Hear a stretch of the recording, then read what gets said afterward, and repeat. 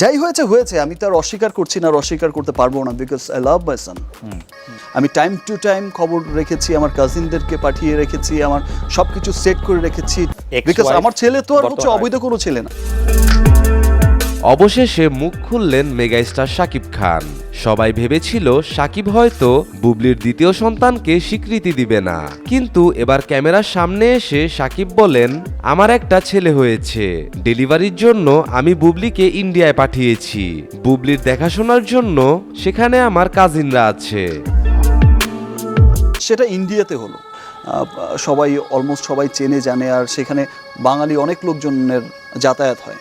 আমি time to time খবর রেখেছি, আমার কাজিনদেরকে পাঠিয়ে রেখেছি, আমার সবকিছু সেট করে রেখেছি। শাকিবকে প্রশ্ন করা হয়, অল্প কয়েকদিনেই বুবলির সংসারে দুটি বাচ্চা, অন্যদিকে অপু বিশ্বাসের সাথে আপনার বিয়ের 13-14 বছর হতে চলল, অপু বিশ্বাস কি দ্বিতীয় সন্তান নিতে চায় না? উত্তরে শাকিব খান বলেন, আসলে অপু বিশ্বাসই ভালো জানে। অপু বিশ্বাস আসলে হয়তোবা চাইছে যে সে ফ্রিডমলি কাজ করতে, বিকজ আমি যতটুকু শুনেছি, যতটুকু জেনেছি, যে সে চায় যে আবার অভিনয়ে রেগুলার হতে। শাকিব আরো বলে, বুবলির মাথায় সবসময় দুষ্টু বুদ্ধি ঘুরে, সে সবসময় এটাই ভাবে আমাকে কিভাবে সবার সামনে নিচু করা যায়, কিন্তু আমি বুবলিকে মন থেকে ভালোবাসি, শুধুমাত্র তার জেদের কারণেই আজ আমি আমার নবজাতক শিশুর কাছে যেতে পারছি না। যে আমি কখনো এইভাবে চাইনি, টোটাল বিষয়টা তো অনেক সুন্দরভাবে প্রেজেন্ট করার কথা ছিল, অনেক সুন্দরভাবে আসা উচিত ছিল, অনেক সুন্দরভাবে আসতে পারত। যাই হোক, যেহেতু একটি দুর্ঘটনা ঘটে গেছে, যেটা ঘটে গেছে তো ঘটে গেছে, সেটা তো আর ব্যাক করাতে পারবো না।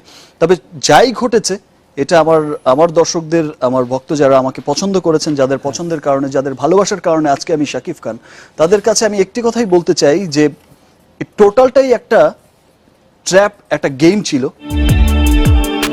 এ বিষয়ে আরো কিছু কথা বলেছেন শাকিব খান, চলুন আমরা শাকিবের কথাগুলো শুনে আসি।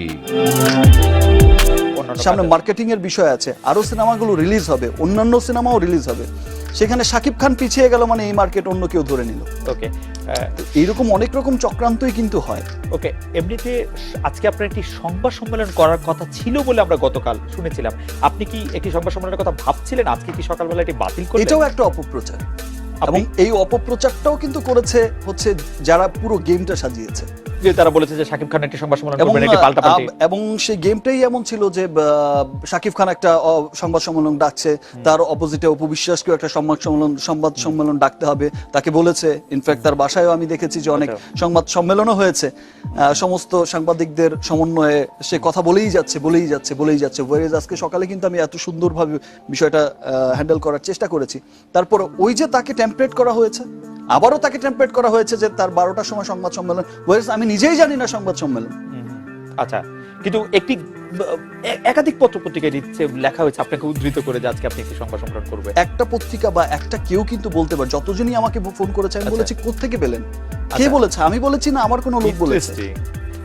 প্রত্যেকটা টিভি চ্যানেল, প্রত্যেকটা প্রেস, যারাই আমাকে ফোন করেছে, কানেক্ট করেছে, প্রত্যেককে আমি প্রশ্ন করেছি যে সংবাদ সম্মেলন আমি ডাকবো, ওয়ারেজ আমি জানি না, আমি বলেছি না আমার লোক বলেছে। কথার প্রসঙ্গে অপুর নাম উঠে এলেও শাকিব যা বলেছে একদম ঠিক বলেছেন। এই অপু বিশ্বাসী দেশের মানুষের কাছে শাকিবকে খারাপভাবে উপস্থাপন করে রেখেছে। এটা কে বলেছে ভাই? আমরা শুনেছি একজনের কাছ থেকে দুজন, এই বিষয়টা কিন্তু ছড়ানো হয়েছে, কারণ আরেকটা সংবাদ সম্মেলন অপুকে দিয়ে করিয়ে, তাকে দিয়ে হয়তো বা ওই রকম ভাবে অনেকগুলো কথা বের করা, ওই এরকম তাকে টেমপ্লেট করা, আরো ঘটনাটাকে আরো কি বলেন মশলা দিয়ে সেটাকে আরো প্রেজেন্ট করা, চটপটে করা, মশলাদার করা, এটাই ছিল। আচ্ছা, আরো দুটি বিষয় একটু জানতে চাই, একটু পুরনো কথা, যে আমরা শুনেছি যে যখন আপনার ছেলে এই দুনিয়াতে আসলো তখন আপনি সবাইকে মিষ্টি খাইয়েছেন এফডিসিতে, এই ঘটনাটি কি রিয়েল? মিষ্টি খাইয়েছি আমি, মিষ্টি অবশ্য আপনি নানা কারণেই খাওয়াতে পারেন, কিন্তু ছেলের জন্মের জন্য কোনো মিষ্টি? রাইট, আমি মিষ্টি খাইয়েছি। এবং সাংবাদিকরা জানতেন অনেকে বিষয়টি ব্যক্তিগতভাবে? অনেকে হয়তো আজ করেছে। আচ্ছা, অনেকে বিষয়টা হয়তো, অনেকেই যারা আমার অনেক ক্লোজ ছিলেন, কাছের ছিলেন, অনেকেই হয়তো আজ করেছে, অনেক করেছে।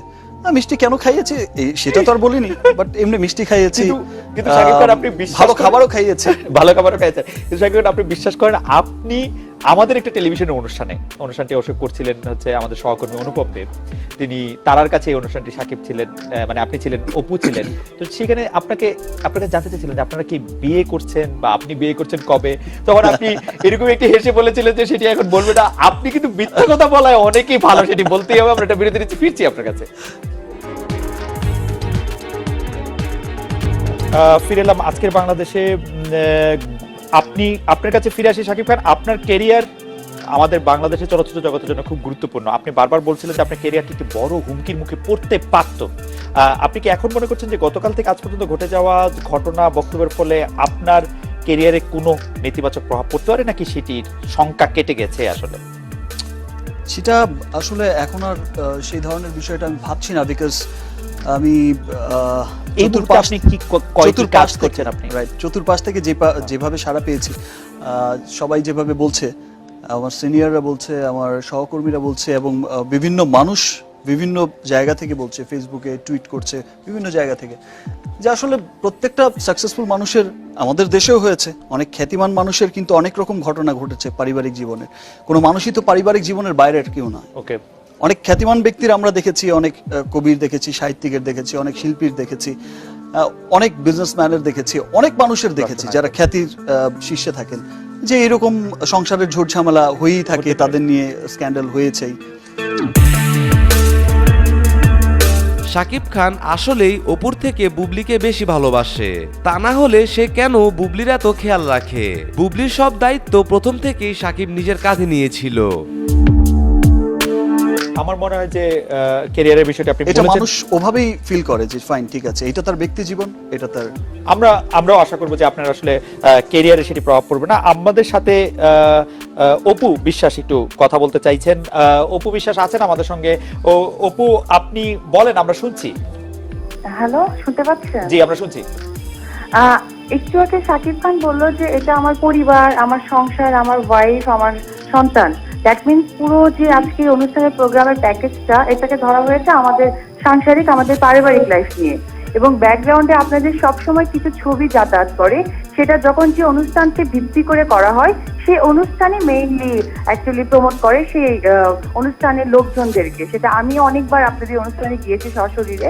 আমি গিয়ে দেখেছি যে আমাদের যে সিনেমা নিয়ে কথা হয়েছে, সেই সিনেমা নিয়ে আমাদের ছবিগুলো ব্যাকগ্রাউন্ড থেকে যাচ্ছে। তো আমার কথা হচ্ছে যে ব্যাকগ্রাউন্ডে এখানে আমার, সাকিব এবং বাবুর এই তিনটা ছবি ছাড়া আরো একটা ছবি যাচ্ছে একটা হিরোইনের। গতকালকে যখন আমাদের এই কথাগুলো হচ্ছে বা রিউমার হয়েছে, তখন তার ফেসবুক স্ট্যাটাসে আমাকে মানে ইয়ে করে প্রেশার দিয়ে যে কেন সে আগে বলেনি, কেন সে বাচ্চার কথা আনেনি, কেন এটা করেছে, একটা হিরোইনের ছবি, সে আমাকে প্রেশার ক্রিয়েট করেছে। তা আমি শাকিব খানের কাছে একটা কথা বলবো, অ্যাজ এ হাজবেন্ড, আমাকে একটা হিরোইন আমাদের ফ্যামিলি সংক্রান্ত প্রেশার ক্রিয়েট করেছে, সেই ব্যাপারটা কিন্তু অ্যান্সার করতে পারছে যে টোটালি আমাদের। এখানে কিন্তু সংবাদ মাধ্যমদের সাথে আমরা হয়তো কথা বলতে পারি, কিন্তু কোনো ব্যক্তি মানুষ আমাকে প্রেশার ক্রিয়েট করে কথা বলবে, তাদের ফেসবুকে আবার দিবে, এটা কিন্তু আসলে কাম্য না। ওকে, অপু, আপনার প্রশ্ন কি শেষ? আপনি কি আর কোনো প্রশ্ন করতে চান? না, আমার এই ধরনের কথা ছিল। ওকে, অপু বিষয়ে ধন্যবাদ।